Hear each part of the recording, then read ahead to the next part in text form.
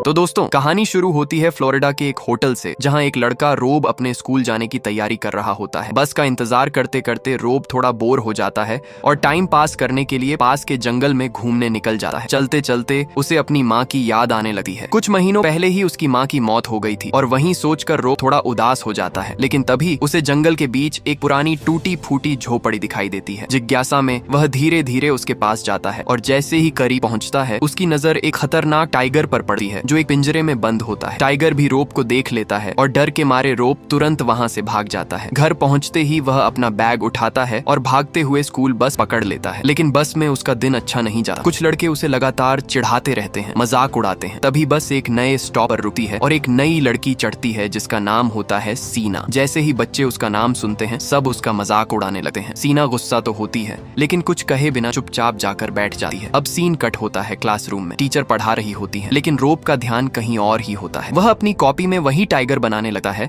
जो उसने जंगल में देखा था और अपनी कल्पना में वह टाइगर को जिंदा होते हुए सोचने लगा है। तभी उसे अपनी माँ की याद आती है जो उसे लकड़ी से चीजें बनाना सिखाती थी। अचानक टीचर उसे बुलाती है और कहती है कि प्रिंसिपल उसे तुरंत बुला रहे हैं। रोब थोड़ा कंफ्यूज हो जाता है, लेकिन वह सीधा प्रिंसिपल के ऑफिस चला जाता है। वहां जाकर प्रिंसिपल उसके पैरों को चेक करते हैं और तब पता चलता है कि रोब को एक गंभीर स्किन प्रॉब्लम है, जिसकी वजह से उसके पैरों में बार बार घाव हो जाते हैं। प्रिंसिपल बताते हैं कि कुछ पेरेंट्स को डर है कि उनके बच्चे इस बीमारी से संक्रमित हो सकते हैं, इसलिए वह रोब से कहते हैं कि वह अपनी दवाई ठीक से ले और कुछ दिनों के लिए स्कूल न आए। यह सुनकर रोब थोड़ा उदास हो जाता है और ऑफिस से बाहर निकल आता है। बाहर आते ही वह एक टीचर को देखता है जिनकी चीजें जमीन पर गिर जाती हैं। रोब तुरंत उनकी मदद करता है और उनकी सारी चीजें उठा कर देता है। टीचर खुश होकर उसे धन्यवाद देती हैं और अपना नाम बताती हैं, मिस मिल्स। फिर वो रोब के हाथ में बनी ड्राइंग को देखती हैं और मुस्कुराते हुए पूछती हैं, ये तुमने क्या बनाया है? रोब थोड़ा शर्मीला होता है, लेकिन फिर भी वह अपनी टाइगर वाली ड्राइंग मिस मिल्स को दे देता है। ड्राइंग देखकर टीचर काफी इंप्रेस हो जाती हैं और उसकी तारीफ करते हुए कहती हैं कि उसमें बहुत टैलेंट है। वो रोब को मोटिवेट करती हैं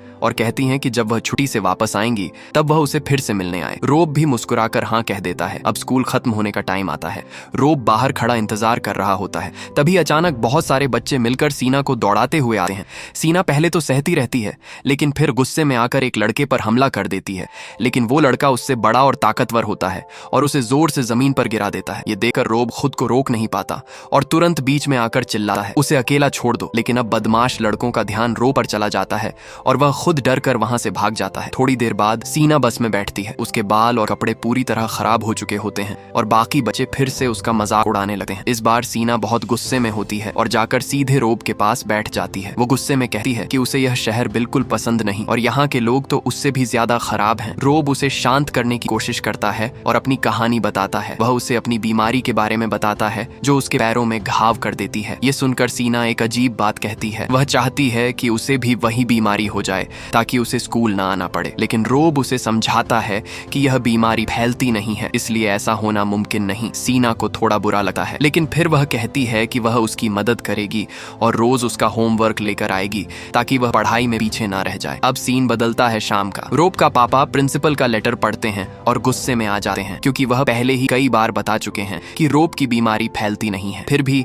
वह फैसला करते हैं कि रोब कुछ दिन घर पर ही रहेगा। इसके बाद वह रोब को उसकी दवाई इंजेक्शन से देते हैं और खाना बनाने चले जाते हैं। रात में रोब फिर से अपनी लकड़ी की कला शुरू करता है। इस बार वह एक छोटी सी मूर्ति बनाता है जो बिल्कुल सीना जैसी दिखती है और फिर सोने चला जाता है। लेकिन नींद में उसे एक अजीब सपना आता है। वो देखता है कि सीना जंगल में दौड़ रही है और वह एक बड़े बंगाल टाइगर के ऊपर बैठी हुई है। ये सपना बहुत रहस्यमय लगता है। अगले दिन रोब होटल में काम कर रहा होता है। वहाँ की सफाई करने वाली महिला विली के साथ काम करते करते विली थोड़ा ब्रेक लेती है और रोब को च्यूइंग गम देती है। कुछ घंटों बाद स्कूल बस फिर से होटल के पास से गुजरती है। रोब उस वक्त गार्डन में काम कर रहा होता है, लेकिन तभी बस में बैठे बदमाश लड़के उस पर एक चीज फेंक देते हैं। वो चीज जोर से उसके सीने पर लगती है और रोब दर्द से करा उठता है। अब वह इन सब से पूरी तरह परेशान हो चुका होता है और सोचने लगता है, काश वह टाइगर मेरी मदद करता तो मैं इन सबको जवाब दे पाता। तभी बस रुकती है और सीना नीचे उतरती है। वो रोब को उसका होमवर्क देती है और दोनों थोड़ी देर बात करने लगते हैं। रोब मौका देकर उसे एक बड़ा राज बताता है कि उसने जंगल में एक असली टाइगर देखा है। यह सुनते ही सीना एक्साइटेड हो जाती है और तुरंत बोलती है, चलो अभी मुझे दिखाओ। रोब बताता है कि वहाँ जाने के लिए जंगल पार करना पड़ेगा, तो सीना उससे उसके कुछ कपड़े मांगती है। दोनों जल्दी जल्दी रोब के पापा के कमरे में जाते हैं। जैसे ही सीना अंदर जाती है,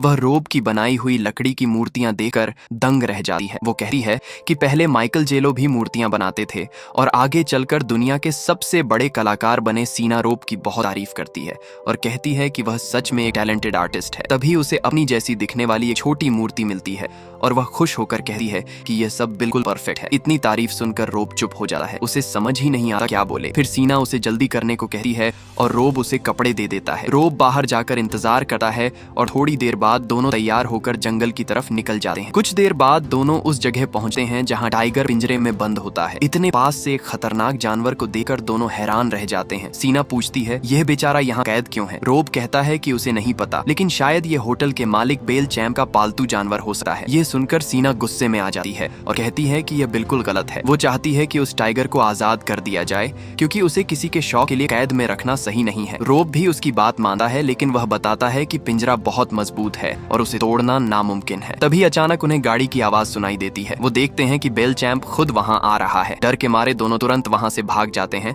ताकि कोई उन्हें देख ना ले। होटल वापस पहुंचकर दोनों रोब के पापा से मिलते हैं जो उसका इंतजार कर रहे होते हैं। सीना उनसे मिलती है और फिर फोन बूथ में जाकर अपने घर फोन करती है। उधर रोब के पापा उससे उसकी नई दोस्त के बारे में बात करते हैं और खुश होते हैं कि अब उसका बेटा अकेला नहीं है। थोड़ी देर बाद रोब सीना को उसके कपड़े वापस देता है और दोनों साथ खड़े होकर बातें करने लगते हैं। रोब और सीना वहीं खड़े होकर उसके पेरेंट्स का इंतजार करते हैं। थोड़ी ही देर में सीना की मम्मी कार लेकर आ जाती है। आते ही वह सीना पर गुस्सा करने लगती है क्योंकि वह कई घंटों से गायब थी। फिर वह देखती है कि सीना किसी और के कपड़े पहने हुई है और उससे सवाल करने लगती है, लेकिन सीना को उनकी बात बिल्कुल पसंद नहीं आती और माहौल और ज्यादा खराब हो जाता है। सीना की मम्मी रोब से बात करते हुए कहती हैं कि मेरी बेटी तो सिर्फ अपने पापा की बात मानती है। यह सुनकर सीना और ज्यादा चिढ़ जाती है और गुस्से में कार में बैठ जाती है। फिर दोनों मां लड़ते हुए वहां से चली जाती हैं। ये सब देखकर रोब थोड़ा कंफ्यूज हो जाता है और चुपचाप घर लौट आता है। अगली सुबह रोब फिर से विली के साथ काम कर रहा होता है और उससे एक सवाल पूछता है, क्या जानवरों को इंसानों के साथ पिंजरे में रखना सही है? इस पर विली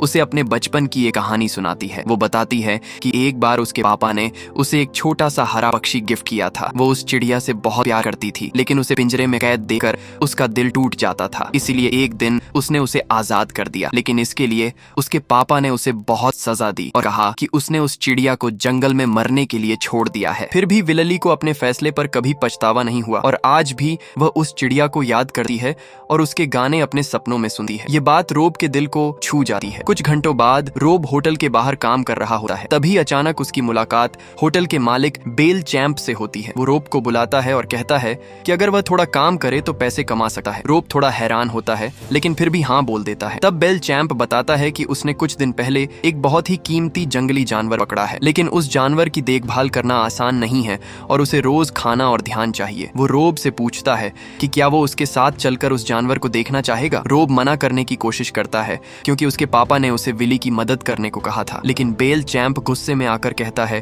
कि तुम्हारे पापा कोई खास नहीं है, जो मैं कह रहा हूँ वही करो। मजबूरी में रोब उसके साथ चला जाता है और जैसे ही वह वहाँ पहुँचते हैं रोब चौंक जाता है क्योंकि वह वहीं टाइगर होता है, लेकिन रोब अपने चेहरे पर कोई रिएक्शन नहीं दिखाता। बेल चैम्प बताता है कि उसे यह टाइगर एक आदमी से मिला था जिस पर उसका बहुत पैसा बकाया था। फिर वह रोब को दिखाता है कि टाइगर को खाना कैसे खिलाना है। तभी अचानक टाइगर जोर से पिंजरे पर झपटा है और बेल चैम्प डर के मारे गिर जाता है। रोब यह देकर हंसना चाहता है, लेकिन खुद को रोक लेता है। फिर बेल चैम्प उसे चाबियां देता है और कहता है कि अब यह काम उसका है और जाते जाते वह टाइगर का मजाक उड़ाता है। कहता है कि यह बस एक बेकार जानवर है। टाइगर यह बर्दाश्त नहीं करता। अचानक वह गुस्से में अपने ऊपर का गंदा पानी उसकी तरफ फेंक देता है और बेल चैम्प चीखते हुए पीछे हट जाता है। रोब यह देखकर अंदर ही अंदर हंस रहा होता है, लेकिन खुद को कंट्रोल करता है। फिर दोनों वहां से निकल जाते हैं। रास्ते में बेल चैम्प रोब को रोकता है और उससे कहता है कि जो कुछ भी वह कर रहे हैं वो किसी को भी नहीं बताना चाहिए। वो रोब को एक प्लास्टिक बैग देता है जिसमें टाइगर के लिए मांस होता है और कहता है कि वह रोज इसे खिलाए। वह कल फिर से और मांस लेकर आएगा। तभी सामने से मिस मिल्स अपनी कार में आती हैं और बेल चैम्प को देखकर शक करने लगती हैं। वह पूछती हैं यहाँ क्या चल रहा है, लेकिन रोब कह देता है कि सब ठीक है और बेल चैम्प टीचर को डांट कर वहाँ से जाने को कहता है। जाने से पहले मिस मिल्स रोब से कहती हैं जब तुम वापस स्कूल आओ तो मुझसे मिलना जरूर, लेकिन बेल चैम्प की धमकी देखकर वह वहाँ से चली जाती है। कुछ देर बाद रोब घर पहुंचकर उस मांस वाले पैकेट को छिपाने की कोशिश करता है क्योंकि वह किसी को यह बात बताना नहीं चाहता। फिर वो बेल चैम्प की दी हुई चाबियों को देखता है और सोच में पड़ जाता है, क्या मुझे टाइगर को आजाद कर देना चाहिए? तभी फिर से स्कूल बस वहाँ से गुजरती है और इस बार बार सीना वापस आती है। वो आते ही कहती है कि वह टाइगर को फिर से देखना चाहती है। दोनों तुरंत जंगल की तरफ भागते हैं और टाइगर के पास पहुंच जाते हैं। अब रोब को लगता है कि वो यह बात ज्यादा देर छुपा नहीं सकता, तो वह सीना को सब कुछ बता देता है कि बेल चैंप ने उसे क्या काम दिया है और कैसे वह टाइगर की देखभाल कर रहा है। ये सुनकर सीना खुश हो जाती है क्योंकि अब उनके पास चाबी है और वह टाइगर को आजाद कर सकते हैं। वो कहती है कि यह टाइगर एक खतरे में पड़ी प्रजाति का हिस्सा है और इसे कैद में रखना गलत है। लेकिन रोब थोड़ा डरता है और उसे विली की कहानी याद आती है। वो कहता है कि अगर टाइगर को अकेले जंगल में छोड़ दिया तो वह शायद जिंदा ना रह पाए, लेकिन सीना उसकी बात मानने से मना कर देती है और कहती है कि वह किसी भी हालत में टाइगर को आजाद करेगी, चाहे उसे अकेले ही क्यों ना करना पड़े। दोनों के बीच बहस शुरू हो जाती है। गुस्से में आकर सीना पिंजरे को जोर जोर से हिलाने लगती है और फिर अचानक वह रोने लगती है। रोब उसे शांत करता है और उसे संभालता है। फिर सीना टाइगर को थोड़ा आराम देने के लिए पिंजरे के ऊपर ढका हुआ कपड़ा हटा देती है। अब टाइगर खुली हवा में सांस ले पाता है और दोस्तों धीरे धीरे रात हो जाती है और दोनों बच्चे वहीं टाइगर के पास बैठकर पूरी रात बिताते हैं। रोब और सीना पूरी रात टाइगर के पास बैठकर आसमान के तारे देखते रहते हैं। फिर दोनों होटल लौटते हैं जहां विलली उन्हें देख लेती है। सीना थोड़ा बदतमीजी से बात करती है लेकिन विली बिल्कुल गुस्सा नहीं होती। वो प्यार से समझाती है कि जिंदगी में हर चीज गुस्से से नहीं मिलती, कभी कभी खुद को कंट्रोल करना पड़ता है। ये बात सीना को अंदर तक छू जाती है और वह चुप हो जाती है। अब सीन बदलता है। रोब घर पहुंचता है जहां उसका पापा उससे पूछता है कि यह सड़ा हुआ मांस कहां से आया। इस बार रोब झूठ नहीं बोलता और सच बता देता है कि यह बेल चैंप ने दिया है। ये सुनकर उसके पापा गुस्से में आ जाते हैं। उन्हें लगता है कि कोई उनका मजाक उड़ा रहा है। वह गुस्से में बैग दीवार पर फेंक देते हैं और चुपचाप बैठ जाते हैं। रोब उनसे बात करने की कोशिश करता है लेकिन वह उसे अकेला छोड़ने को कहते हैं। उदास होकर रोब बाहर चला जाता है और लकड़ी की मूर्ति बनाने लगता है। अगले दिन रोब अपनी बनाई हुई एक चिड़िया विली को गिफ्ट करता है जिसे देखकर वह बहुत खुश हो जाती है। तभी सीना बस से आती है और बताती है कि उसकी मम्मी ने उसे रोब से मिलने से मना कर दिया है, लेकिन वह फिर भी आई है। वह कहती है कि अब उन्हें किसी बड़े से सलाह लेनी चाहिए और दोनों विली के पास जाते हैं। पहले तो विली उनकी बात पर यकीन नहीं करती, लेकिन जब वह खुद टाइगर को देखती है तो गुस्से में आ जाती है। सीना कहती है हमें इसे आजाद करना ही होगा, लेकिन विलली मना कर देती है। कहती है कि जंगल में अकेला टाइगर शायद जिंदा ना रह पाए। अब यहाँ से बहस शुरू हो जाती है। सीना कहती है कि सही काम करना जरूरी है, चाहे वह कितना भी मुश्किल क्यों ना हो, और गुस्से में वह रोब से कह देती है मैं तुमसे नफरत करती हूँ, अब कभी बात मत करना। यह सुनकर रोब टूट जाता है। सीना वहां से चली जाती है और विलली रोब को संभालती है। लेकिन कुछ देर बाद रोब सीना के पीछे भागता है और कहता है मैं टाइगर को आजाद करूंगा। हमारी दोस्ती के लिए सीना पहले यकीन नहीं करती लेकिन फिर मान जाती है। तभी अचानक बेल चैंप वहां आ जाता है और रोब को कुछ काम देकर चला जाता है। अब दोनों समझ जाते हैं कि उनके पास मौका है। वह तुरंत जंगल की तरफ भागते हैं।